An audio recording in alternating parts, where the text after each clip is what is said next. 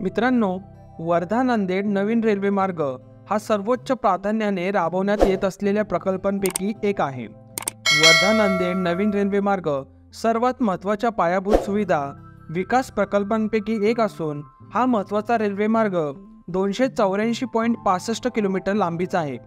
त्यापैकी फक्त वर्धा ते कळंबपर्यंतचा 38.61 किलोमीटरचा भाग पूर्ण झाला आहे। यवतमाळ ते दिग्रस या पुढील विभागात 77.30 अंतरावर काम वेगाने सुरू आहे आणि 2024-25 पर्यंत पूर्ण होणे अपेक्षित आहे।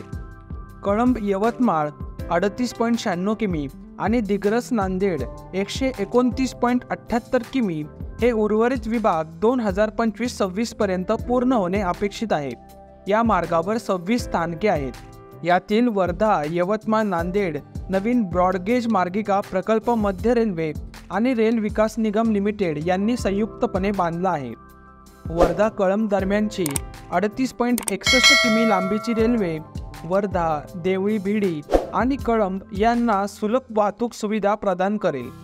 या मार्गावरील रेल्वे सेवा या आणि आसपासच्या भागातील विद्यार्थी, व्यापारी आणि रहिवाशांसाठी सुलभ प्रवास निश्चित करेल। वर्धा देवळी टप्पा 1 मध्ये 14.92 किमी कार्यान्वित आहे।